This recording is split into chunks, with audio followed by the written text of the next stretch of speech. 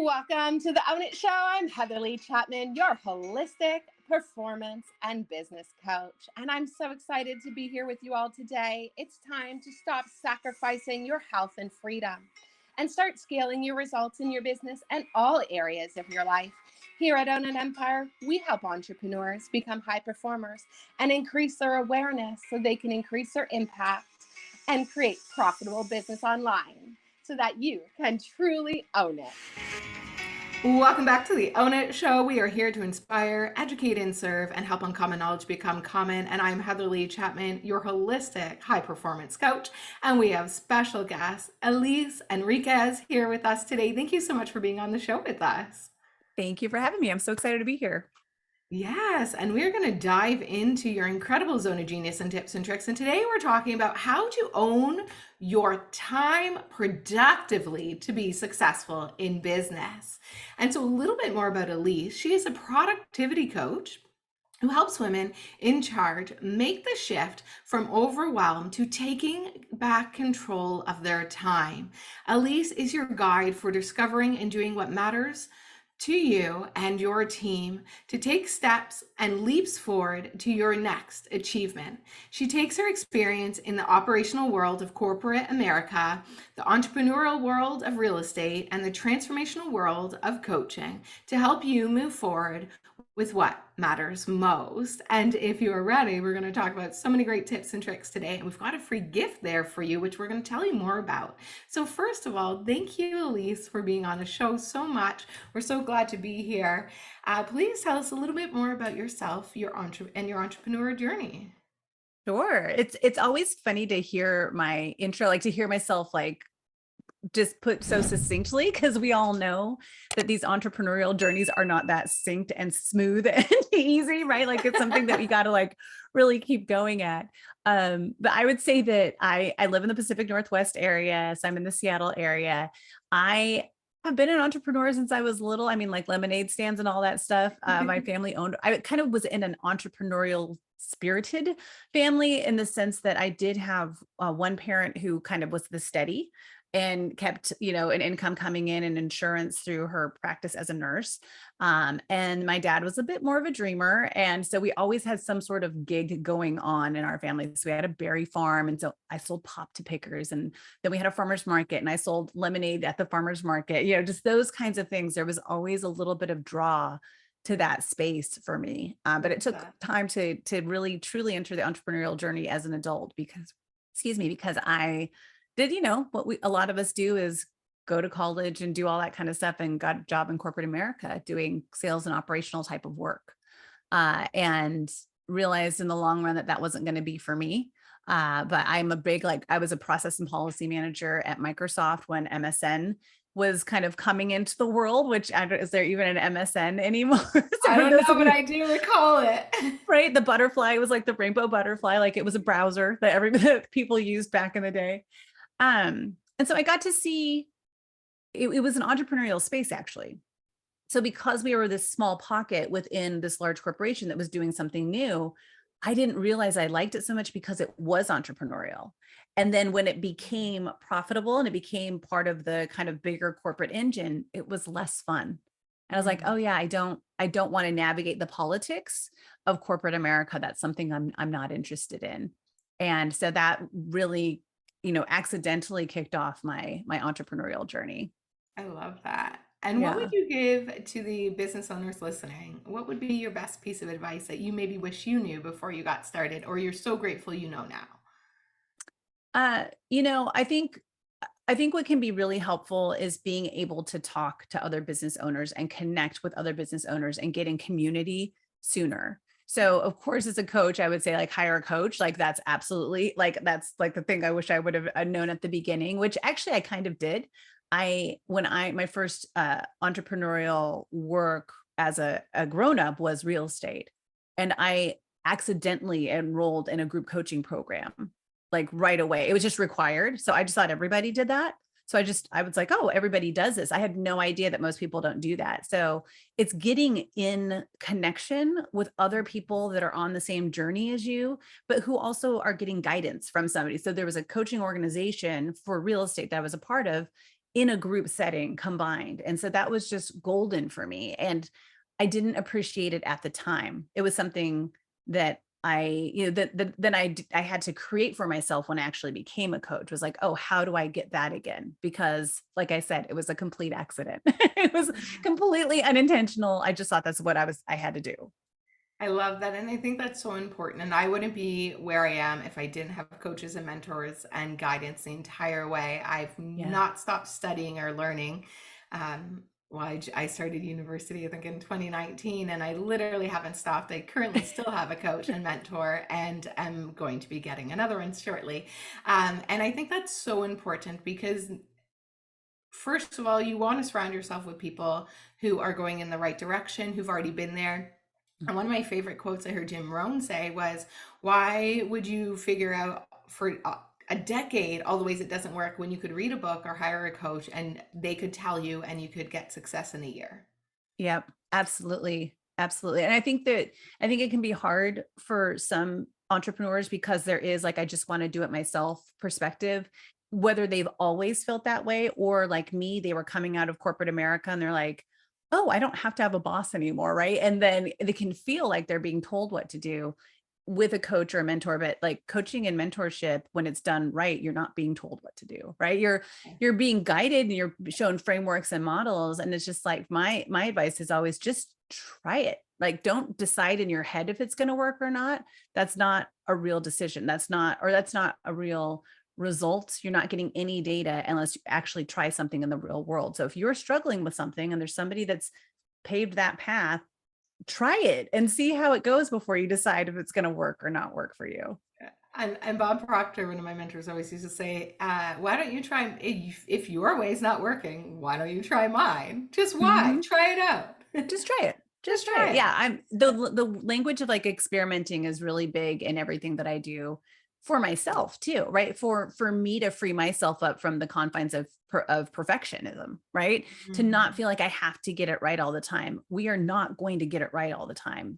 Entrepreneurship is experimentation. It's Mm. trying things to see what works, but also to see what you like and what you can sustain because there's a lot of things that you can do that will work, but if you can't sustain it in the long run, it's not worth doing, right? If it's something that needs to be sustained in the long run and you can't sustain it in the long run, don't start it. Don't do it, right? Give it a shot, try it. Like, oh no, I don't want to keep this up. Yes, yes, I love that. And I also wanted to second on how you talked about community.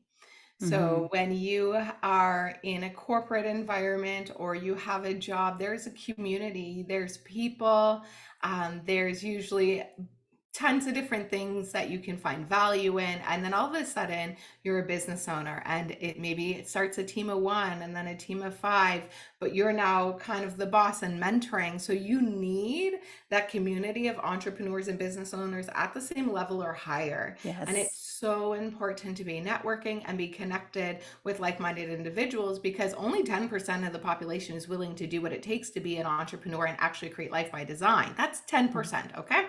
So if you are the one, the one in 100 and the people of your community, then it's a completely different mindset. And you need to go find those other one in 100 Mhm. in the community and connect with those. So on Wednesdays is my networking and connection day. There's two different entrepreneur communities that I hang out with, and I love touching base with them. And sometimes when you think you're the only person, it must just be me.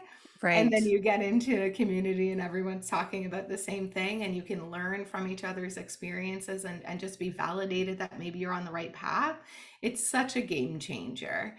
And so there's actually another fellow entrepreneur that I found. I just wanted to say that she found that that was most business owners' biggest problems is they started this business to be successful, but then all of a sudden they're kind Mhm. of alone. And Yep. so she's created this incredible community for business owners. And I think more of us need to do that. Connect, Yeah. get together, support each other, find a community of conscious entrepreneurs playing to win because nobody did it alone. No, absolutely not. And like you were saying, like having people that are, at your level or ahead of you, right? And there's in and of itself, knowing that you're not alone in something can be a huge help. And there's also just the surprising things that you don't expect to learn by hearing somebody else talk about a problem and find a solution. Because I feel like in the best communities, there's a lot of great problem solving that happens, especially when they're being facilitated, obviously, like by a coach, right? So I have a productivity community, and it's amazing because we do have, while they mostly serve women in business, we do have a couple of women that in there that are employees, right? They found me anyway, right? And they're employees. And so I had one recently in one of our live Q&A sessions where she was talking about a very specific problem that's kind of a corporate America problem, specifically in the sense of a work that got assigned and that kind of thing. But I also had a mortgage broker in the group who, listening to her talk about how to manage the workload and communicate, the plan and do all that kind of stuff, was realizing, oh, I need to do that too, in a completely different context. But the problem overall at the highest level was really similar. And she didn't know that until she heard this other person talking about it. So I feel Yeah. like with communities, there's some ways where you can come in and not feel alone. And there's also other ways where you come in and you get to be surprised by what you can learn from somebody else's experience that you can immediately apply, right? And again, like when they're facilitated well, that coach can help you apply that, right? You can help your community apply what somebody else is learning, right? So I think that's what's brilliant about them. One of my favorite things is when I had joined one of the business programs I'm in, is that often I would go in and I wouldn't even know that was the answer I needed yet, or that was Yeah. a problem that was on the horizon. And I was like, that's just starting. Oh, there's the solution. Good. I didn't have to go through the whole thing. Good. I'm going to implement that now. And what a difference it made. Like that happened so many times. And so being in that entrepreneur community is so essential. And that's why I'm actually going to be starting our quarterly networking, like Yay. mastermind speed dating events in our own community. So guys, keep an eye open for that, because this is the reason we all need to lock arms and support each other. And I know so many people are out there looking for different team members. And for me, the hiring process has to be third party validated from my experience. And so, what if we could all just help each other in that way? There's so many ways. So, being Yeah. connected to other conscious entrepreneurs and having communities and coaches and mentorship is, I think, truly probably one of the best tips for success that we have had for entrepreneurs. Because out of my Yeah. experience, those are two non negotiables. Yes, absolutely. And again, that I didn't realize, like I stumbled into it by accident.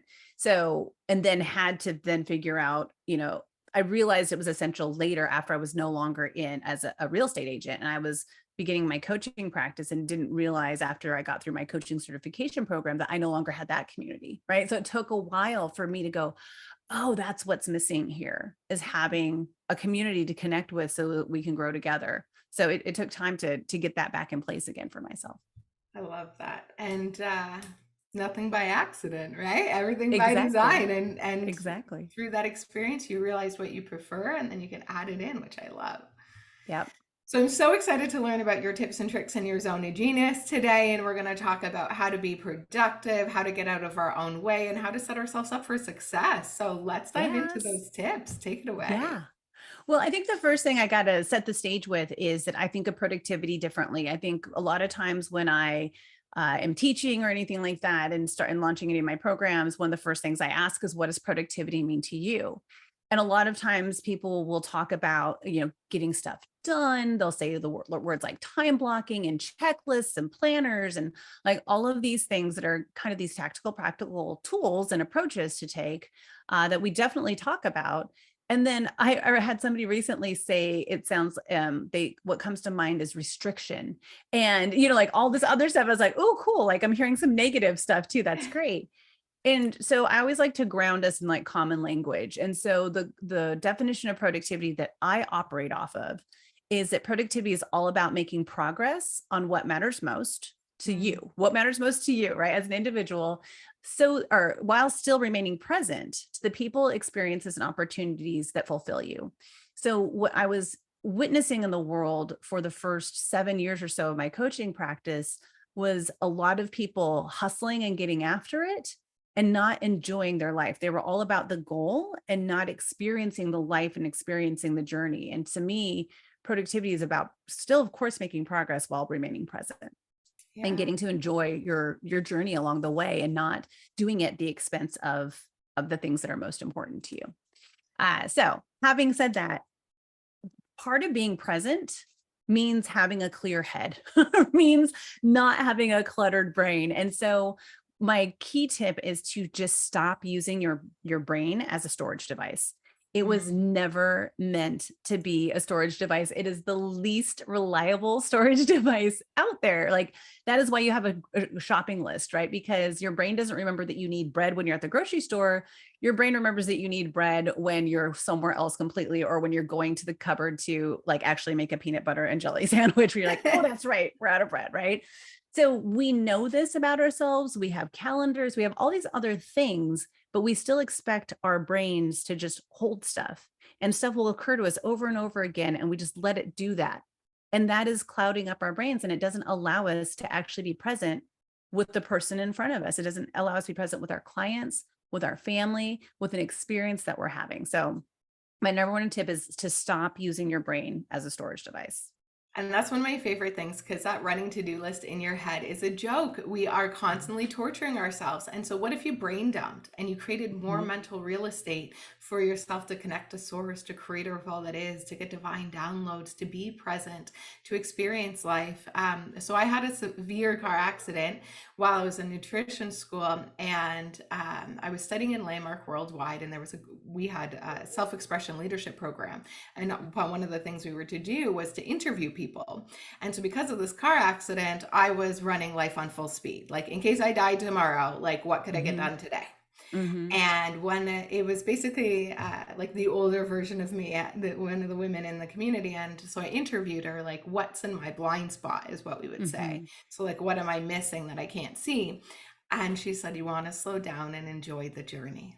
And that was a huge aha for me, because at first you get defensive. You're like, no, I got to get it all done now.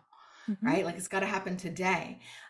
But what if all those divine downloads were your lifelong plan, and they're not meant to get done today? It's one step at a time, and none of it matters if you didn't get to enjoy the journey along the way.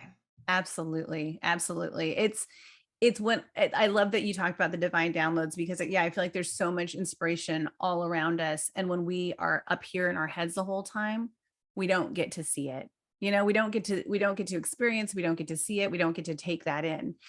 And that doesn't mean that everything that downloads is meant for you either, right? Like, it could be something that then it comes through you, and then you kind of just like release it and it goes somewhere else, and that's okay too, right? Like, that's a big part of it. Kind of leads into the second tip, which is really around developing systems that support you, right? Your systems should support you. They should be as simple as possible, and they should support you in keeping your brain empty. And so that means it can hold every idea that you have. And it's a matter of saying, okay, is this just a good idea, or is it a good idea for me? There's a difference between those two things. I watched that happen a lot in the real estate space. Actually, I coached a lot in the real estate space after I became a coach, and people would go to conferences and come back with all these ideas that other people did. And it would be like, oh, the mega open house or something like that, right? That would a million steps to have the perfect open house. And they hated hosting open houses. So that was a good idea for the person on stage that was talking, but it's not a good idea for them. And that's okay. But your system should be able to hold anything that you want it to hold on to, and put it in front of you whenever you want it in front of you again. But then when it does, you get to decide about what happens that day, right? And so having systems that support you means having a limited number of tools, a limited number of places where you're kind of gathering things, processing those gathering places on a regular basis so things stay current. Otherwise, you don't trust those spaces anymore, right? Otherwise, you worry about what's in there, and now your mind has re-engaged, and we don't want your mind to re-engage on these things, right? And then having the system support you and putting those things in front of you again when you want them in front of you again. And I think that's where people think about like a due date and checklists and things like that, where they think the due date is for when something has to get done. But if you start to treat the due date as, I want this in front of me again on this day, and I will decide on that day what's really going to happen, I think that can give a lot of freedom for people who are a little bit rebellious about these kinds of things, right? So it allows the person who likes the structure in the system to use their due dates however they want to, but it allows the person who's a little more rebellious to say, I still get to have a say. And we all do. We all still get to have a say every day in how we're using our time. The systems are just there to support us and saying, at some point in your life recently, right, you said you wanted this in front of you again on this day. Now, what do you want to do with it? Now express your free will and decide what you want to do with this thing that's in front of you. You can move it I to a different like day. that. You can delete it altogether, or you can take the action that's in front of you. Yeah, and I like that. And in our Quantum Leap Blueprint Masterclass, we like to teach get focused and prioritized. Mhm. So a lot of the times our calendars are so busy because as the year goes on, we pick up different systems and strategies because we are trying to maybe look for quick fixes. Yeah. And so what I encourage every quarter is a goal plan to review so that those systems, those calendars, everything is actually moving you closer to your goal and is working towards that priority. So if we Mhm. have a goal for the year and then we break it down into a quarterly goals, then we can have a priority per quarter and then we can decide what we want to do each month. Like, so say my goal priority this month is to own my podcast funnel and to own my podcast. Then I could break it down into a monthly thing. And Mhm. then, like you're saying, I would reverse engineer, put in my calendar. But then also, I love how you put the concept of to have that flexibility, so that when Mhm. it does show up, know that you do have free will and you can either do it and still decide, is this still in alignment with getting me closer to Yes. my goal? Because if not, delete. Absolutely. Maybe Delete, I don't delete, need to delete. do it. Delegate, Yes. right? Yep. Or maybe it can be automated. And if I love it, let's multiply. Yes, I get excited about automation and delegation and things like that. Well, and I think when people hear the word delegation, people can immediately have like a reaction that's like, but I don't have an assistant and I can't afford a VA. There's like you can even delegate to technology. There's lots of ways like delegating to technology is automation. But you know what I mean? Like there's Yeah. ways to do it.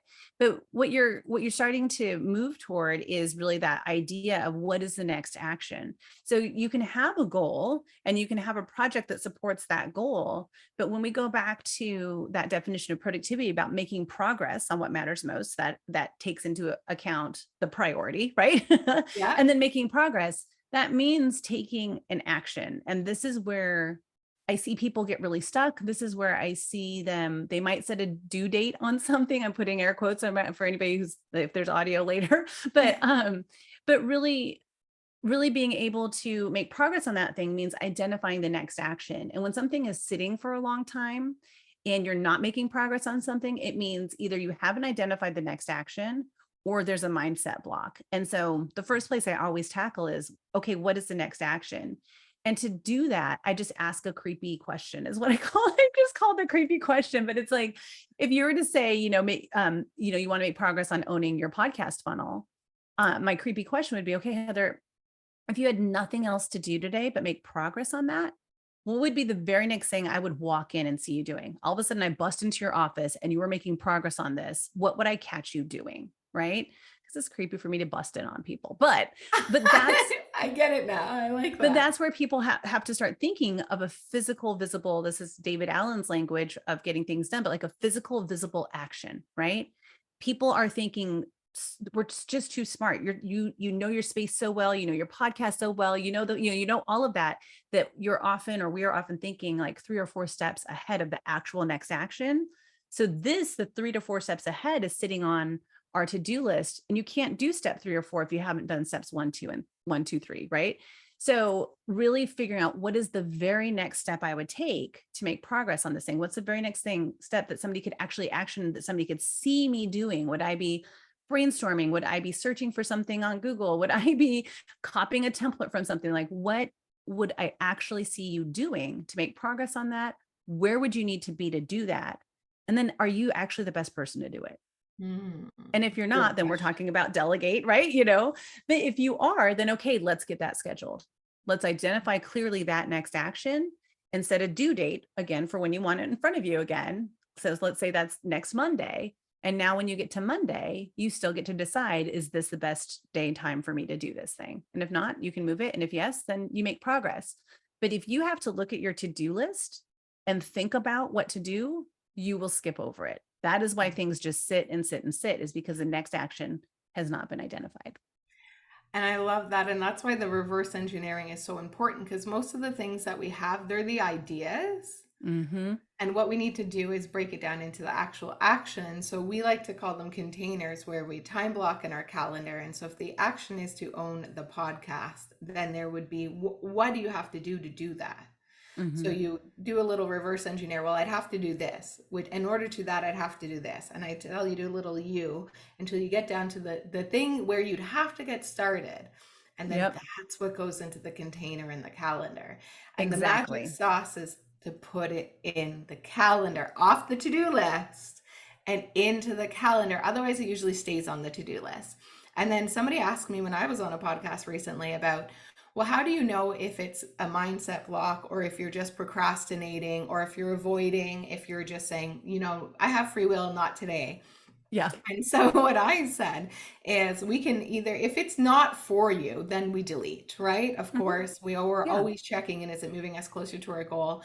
And sometimes other things come up, and because we're entrepreneurs, we get that free will. If Mhm. we've moved it like 3 or 4 times, then we're avoiding. So what I like Mhm. to say is That's so funny because I say 3 strikes, you're out. Like 3 strikes, and research. you have to confront it now. Like if it's moved three Yes. times, like just confront it. Yeah. Yeah, perfect. So there you go. So that's what you're going to do. When you start realizing that you're just moving your calendar around all the time, by the third time, you have to hold yourself accountable. Mhm. And what I like to say, are you avoiding it? And if so, we want to ask why, because there is something to discover there so that we don't avoid things again in the future. Yeah. And usually it's a procrastination tool. And usually we're procrastinating is deciding not to take action, and it's a form of self-sabotage so that we can't move forward. So then the Mhm. question is, why don't we believe we're worthy of moving forward, or what Mhm. has us stopping us from moving forward? And so we can't always keep our word, but we can honor it. And so Yeah. if we put it in our calendar and then we don't keep our word, we can honor it by moving it to a separate time block.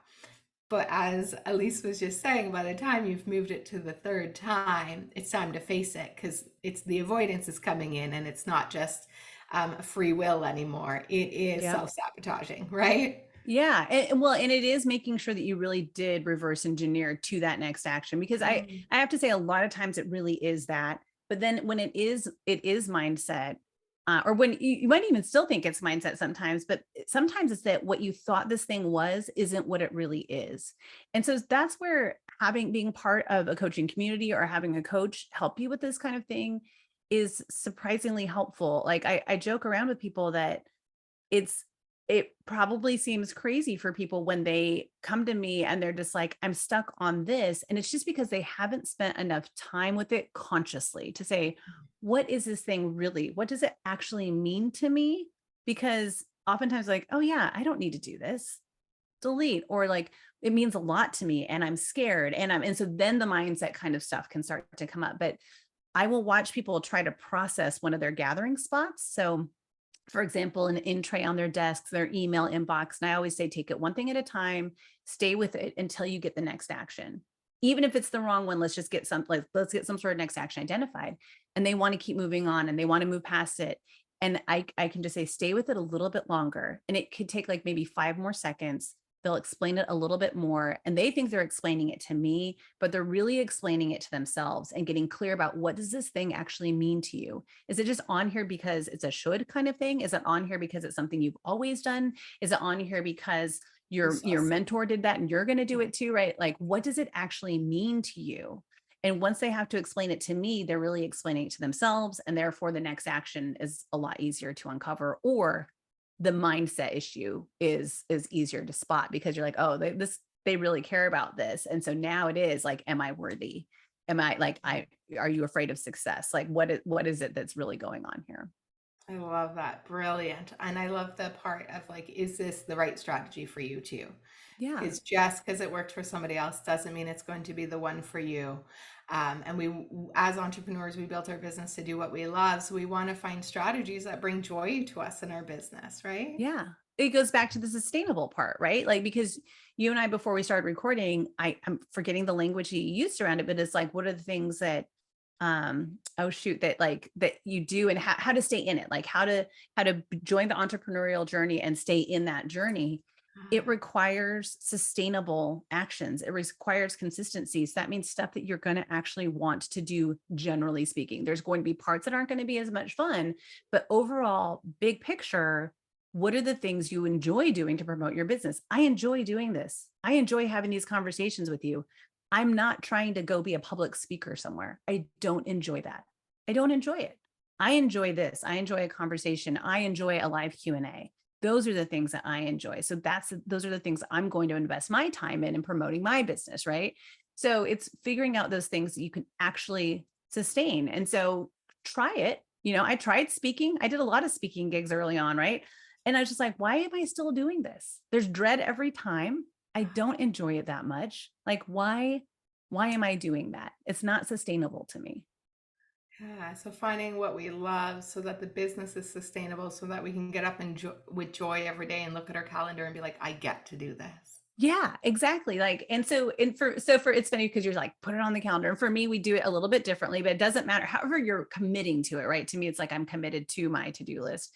But however you're doing, it's that same thing, whether it's looking at your to-do list, looking at your calendar, it should be full of things that are exciting in the long run to you, right? Exciting that a lot of them are going to be exciting to do that day. Some of them are going to be a little bit harder, like taking medicine, because I feel like there's 20% of that. I Yeah, just like rough part of the number, business. 20% of that, right? But that generally speaking, if you don't like looking at your to-do list, if you don't like looking at your calendar, we gotta scale back up to, okay, what matters most then? What really matters most? Because I can help you put all the systems in place that you want to, but if the actions that you need to take and the appointments you're going to have and the time blocks you have listed aren't going to actually take you to where you want to go, then what are we really doing here? Yeah. Yeah, I love that. Making sure that we build an aligned business. Mm-hmm. Yes. Absolutely. So important. Amazing. And then one more thing we want to talk about was figuring out what's most important to us and how to make progress on that. So what would you say is, how do you make sure that 80% of what's on your calendar and that to-do list Yeah. is what you want and you love, and how to make progress on that? I feel like you actually tapped into it a little bit earlier where you were talking about, I think you said quarterly in the Yes. community that you guys do this. Yeah. It's like having a rhythm of reviewing things, having a rhythm. The way I look at it is we do it monthly in my community where I say, we're taking our viewpoint up from the do today to like the future. And sometimes it's a 30-day out exercise. Sometimes it's a 90-day out exercise. Sometimes it's end of year, next year, like that kind of things. We do different exercises to just continue to cast a vision forward, to say, like, generally speaking, compass, this is the direction I'm wanting to head. I think that it can be easier to do that when you have a clear purpose that you're Mm. stating for yourself. I'm really big on purpose statements. I help people with that, but that's like something I just like, I don't really do that much anymore, but I'm passionate about that for people, is to like, why are you here? What is the impact you are trying to have at the highest umbrella level? Everything underneath should be heading in that direction in one way, shape, or form. So my purpose statement is foster understanding and acceptance of self and others so that we can come together to make the world a better place. Right. So everything I'm doing is helping me understand myself better, you understand yourself better, and figure out how do we come together and do cool stuff in the world. Right. Like Yeah. that's what I'm about. And so long as I'm doing that, and so long as like what is on my, to-do list, what is on my calendar is in alignment with that, I'm happy. I'm golden. Right. And if not, then I need to pause and step back and go, okay, what is my purpose again? What are my values? And making sure there's alignment from the top all the way down. I love that. And we call it like our big, hairy, audacious goal. So when we Mm-hmm. create the Quantum Leap Blueprint, the first thing we do is discover our big, hairy, audacious goal. And it's our North Star, it's our guiding star. And if what we put in our calendar, what we're doing daily, what we're picking up isn't in alignment and moving us towards that, then what are we doing? Because that's what we Yep. came here to do. Yep. And we can get there so much quicker when we are focused and prioritized and keeping things in alignment with that purpose. And Yep. so that All the way up, right? Because all to the me, way. the goals are here, goals, projects, actions, but up here we have purpose, vision, and values, right? So my purpose wasn't wasn't coaching, right? That's not my purpose. Productivity isn't my purpose. My purpose statement didn't say any of those words, right? Yeah. Except for I said, no, I said make the world a better place. Um, my values are living. One of my core values is every day matters. Like every day matters. And so that means that I need to be making progress on things every day, right? There's habits I want to have in place every day, but also I want to enjoy every day. My goal in life is to create an everyday life that I love, right? And some of those moments could be in Italy. on vacation or on a daily basis. And some of those can be here doing this with you. Like this is absolutely in alignment with my values. This is absolutely in line with my purpose to have this conversation with you in hopes of helping other people understand themselves better so they can partner up with cool people to do cool stuff in the world, right? Like over and over again, like that's the cycle over and over and over again. I love it. I love it. So, what would you say would be your last piece of advice for everybody listening? And why should they grab the freebie that you have there and tell us a little bit more about it? So I think the last piece of advice is not fun. I'm so sorry. Not even advice. It's more of just like a mindset shift. I saw this really funny thing on Instagram, I think it was, where it showed Winnie the Pooh lifting up his shirt, standing in front of a mirror, and he said, and his little, honey bunny is sticking out, or honey belly is sticking out, and he says something. It said something like, "Me looking at myself to see the improvement after eating one salad last week," right? And so, productivity and managing your time is no different than managing your diet, is no different than managing your fitness. It is a matter of habits. It's a matter of rhythms to get into. It's a matter of conscious choices to Micro make. changes. Yeah. And it's to see like, what is the stuff that's getting in your way right now? What are you experiencing right now that feels like too much? And is there a certain quality and nature to that? And so that of course leads right into my free workshop called What's Your Problem? It's looking at the different kinds of overwhelm that women experience, especially women running businesses and running households, because often both of those things are happening. And so we look at the nature of overwhelm, and specifically these two different types of overwhelm, so you can figure out which kind of overwhelm might you be experiencing, and therefore what are your next steps to overcome it. So that's What's Your Problem is the free workshop that I run. I love that. So figure out what is that overwhelm and how to overcome it, because that's what gets us stuck and gets us in freeze or fight or flight mode. And that has us Exactly. to stop moving forward. And we want to help you, as you were trying to say before, was get on the journey, stay on the Yes. journey, and thrive on the journey. So Thank we you. want, That's what I was trying to say. I got it now. So we want to get out of our own way. And that's a great free gift for you guys. Check out that workshop. And Elise It's live, it's interactive. Like I said, I don't like presenting. I like creating experiences where you come in and you actually do work and discovery, and you ask me questions and I help you out. Like, I'm not interested in doing it any other way. I I'm just love not. it. Yeah. Yes, the interactive is so important, and it creates a Mhm. real live experience.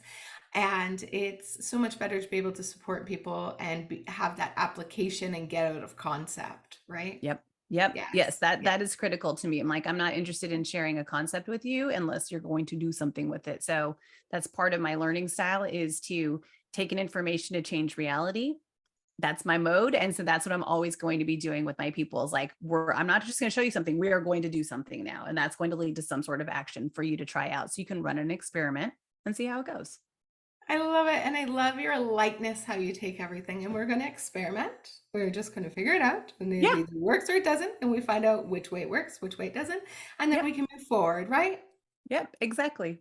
Bringing a little bit more lightheartedness to your day as a Yes. business owner. I love it. So thank you so much, Elise, for being on the show. Guys, make sure you check out that free workshop. It's time for us to get out of our way, get out of overwhelm, get into inspired action, and bring a little bit more joy into each and every single day. So thank you again, Elise, for being on the show. Heather, thanks so much for having me. This was so much fun. Like I said, this is my jam. This is my favorite thing to do. So thank you. Yeah, such a great conversation and such great tips and tricks. And I know our audience found value. So thank you. You're welcome. So remember, everybody, stay happy, healthy, wealthy. It is your opportunity now to truly expect magic and miracles and receive them easily and effortlessly. And remember, what is the best that can happen? We'll see you on the next episode. Thank you. Thank you so much for tuning into the Own It Show today. Make sure to leave a review and subscribe.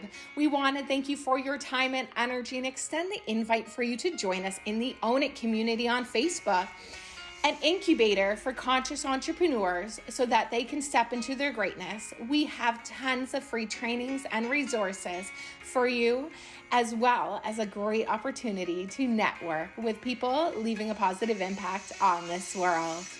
Make sure to come back for next week's show. Have an incredible day. Remember, expect magic and miracles. Stay happy, healthy, and wealthy.